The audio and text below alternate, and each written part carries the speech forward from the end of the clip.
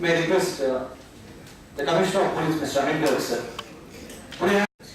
Guys, please. May I invite now, simple but very silently, consistently working for the conference, none other than our IG Coastal Secretary, Visul Prakash, sir.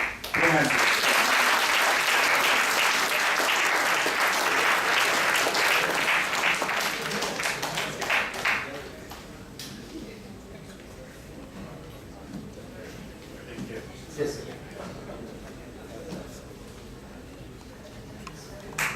The platform, the umbrella, everything is given by GITAM University, GITAM School of International Business, Professor V.K. Kumar, Dean and Director. Sir.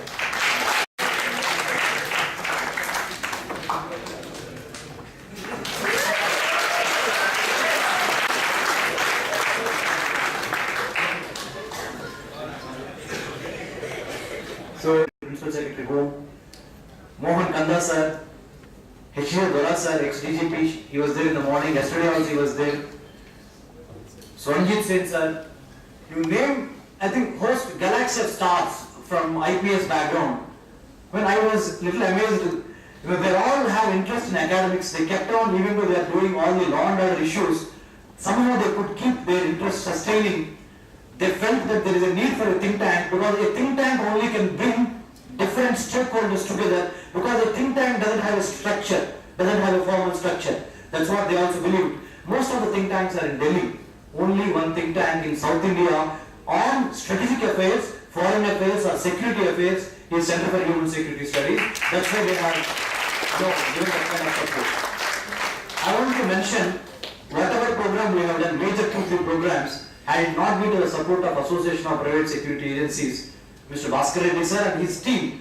Team is as good as the captain is as good as the team. So the whole team I want to thank sir before, it's very important your support. Now, sir has taken by road from Rajahmundry, sir has driven, Tirumal sir, morning he had gone to Rajahmundry, from Rajahmundry he has driven to your place. Now I don't want to come in between you. After his message, we'll give the certificate of participation. Now may I request Sri Dwaraka Tirumal sir to grace the occasion and address the audience. So thank you sir, please sir.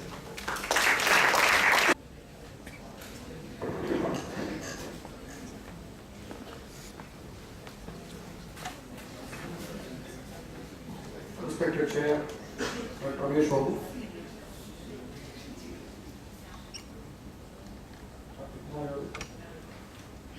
my colleagues,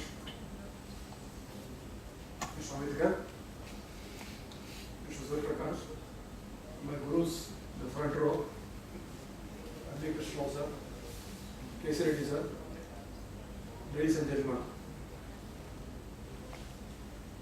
I am very happy to be here to bring one important point of notice. In fact, I am happy for 2 reasons. Number one, the conference has become a reality today, yesterday and today. This workshop is being planned for a very long time.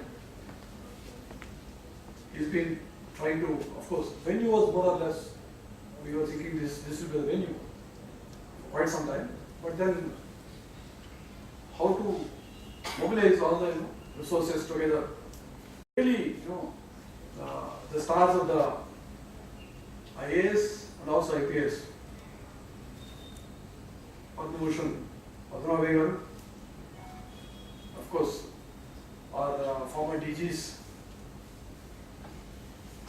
Jagan Seshan Devaru,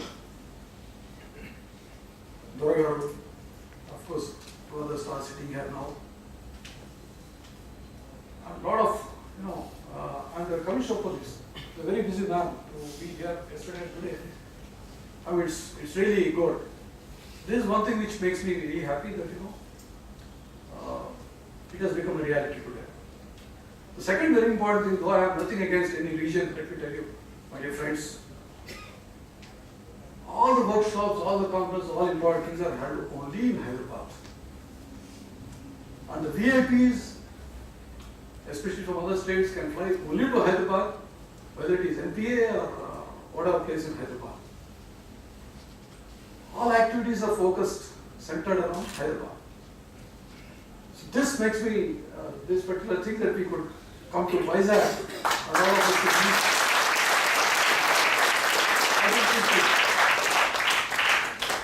I've been thinking for a while, though of course, in fact most of us have worked mostly in Telangana. We spend most of our time in Telangana and we have a lot of stakes even now in Telangana in this. All our stakes. All our stakes. Nothing here. Let me honestly tell you, except for a stint as IG North Coastal Zone here, I was always working either in Rayalaseema or Telangana as far as I am concerned. So that is what I meant by stakes. So in spite of that, we could meet here, and these things will recur now, will happen more and more. In our state now, these things should happen. So this is one thing which makes me very happy. And for that I must compliment Dr. Ramesh Babu, who has taken a lot of interest. I tell you, when I Ramesh, you can sit here. Forgot that he's a chair. Yes, sir. When I met him long ago, even before the CHSS was conceived and started, we just met over some meeting and somehow evinced interest in these issues we are discussing. And then of course, a little later he came up with a proposal of think tank. And it's a very good thing that we could come up with a good think tank in the South India, especially for Andhra Pradesh. Of course, the combined state of Andhra Pradesh. Security, he was able to bring it to this level. You don't know, we had a good counter-terrorism workshop conducted in December 2013 in Appa, which was also attended by really very senior officials, both serving and retired officials, officers of the related to the terrorism and other security issues. So I really compliment him for having been able to organize this kind of workshop. Of course, taking help of various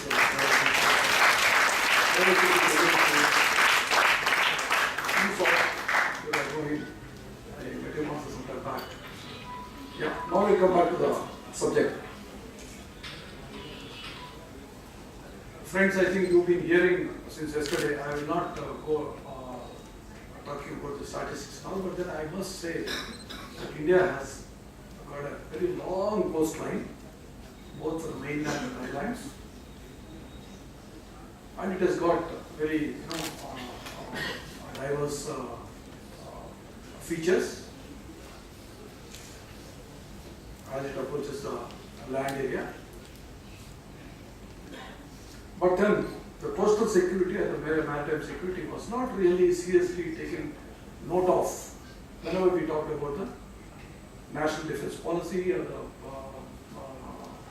national security issues when policymakers have been thinking.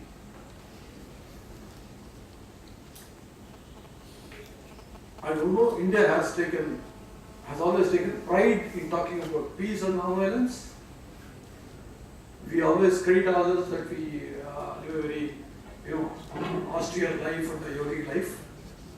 That's what has given us pride for ages. Or if you look at the recent past, there is a post-independent India also. The country has fought wars only on the land borders with Pakistan or China. So that may be the reason why we didn't really take it seriously. But I must draw a reference to one of the worst coastal, the terrorist attacks in the world relating to the coastal area. That is which occurred on the 26th of November 2008. Friends, I have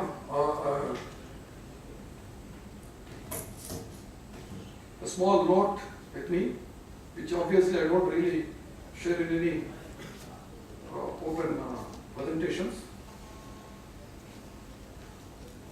I just read out one or two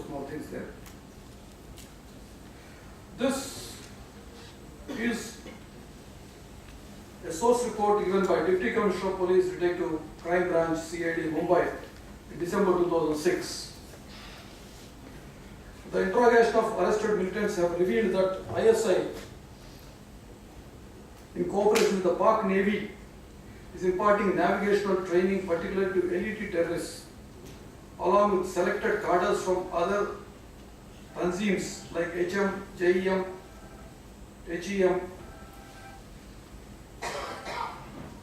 The navigational course is for 12 to 16 months and divided into 3 phases.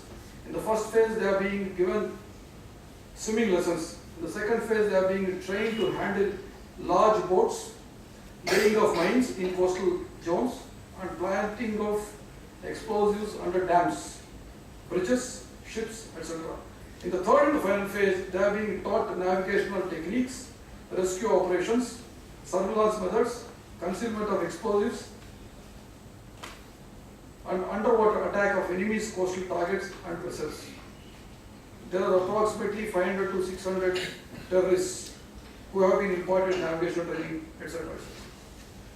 This is a source report generated in 2006 by the DCP. Of course, that time we said there are possibilities of attempt by the terrorists to kidnap VIPs or aircrafts, etc. for denying the release of late Afzal Guru. That time he wrote the convict of 2003 Parliament Act case or something. I just want to tell you, this is an input generated by none other than a senior officer of Mumbai Police, given to his officers. Anyway, it's very difficult, I agree, to immediately, take care of this. The second thing I want to tell you is, in 2008, I was handling the subject counter-terrorism in Andhra Pradesh. I was heading Octopus. Around June 2008, 2 interrogation reports landed in my office, prepared by one by UP Police, one by Karnataka Police. In fact, both by Karnataka Police.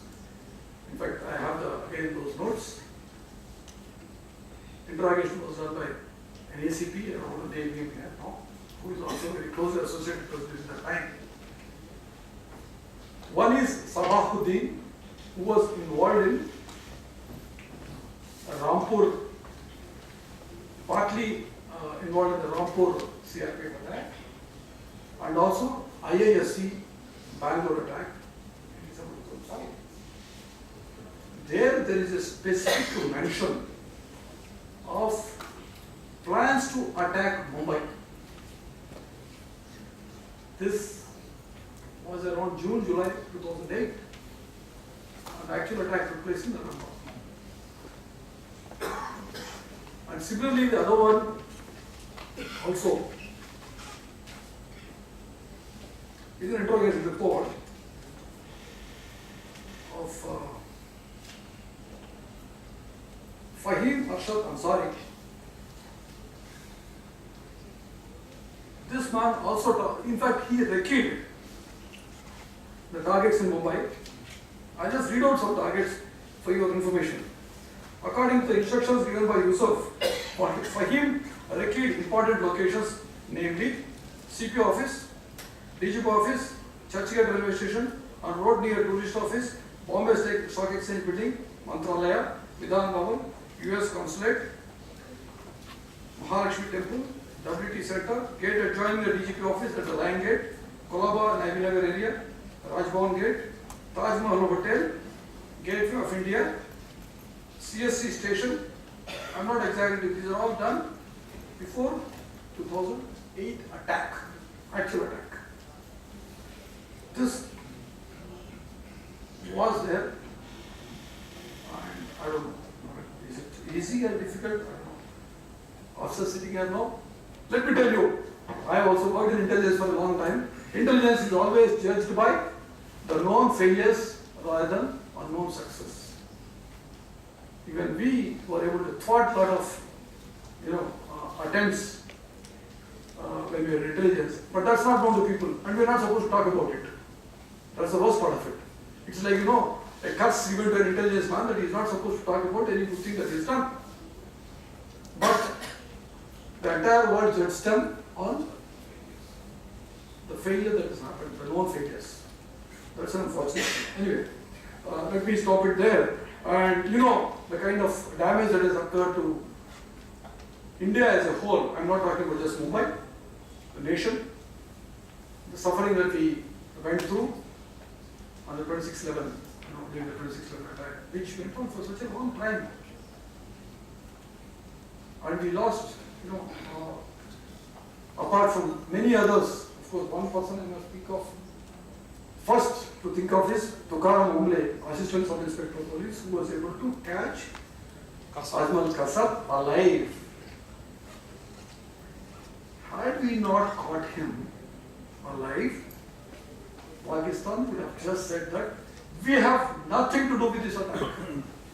That is what they've been doing all the years. In fact, I don't know whether there may be some officers from other services, defense services, but let me tell you, I can proudly say that Tukaram Omble is the hero of the entire show.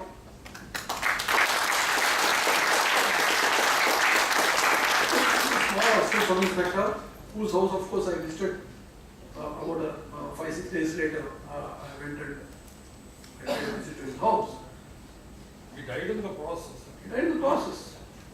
Trying to nab him, he died. Because the AK-47 was just straight put into his body and bullets were pumped. I would like to draw your attention to a similar attack, perhaps the only similar attack in the history. Sir should tell whether I'm right or not, which happened in 1975 by the Palestinian Liberation Army.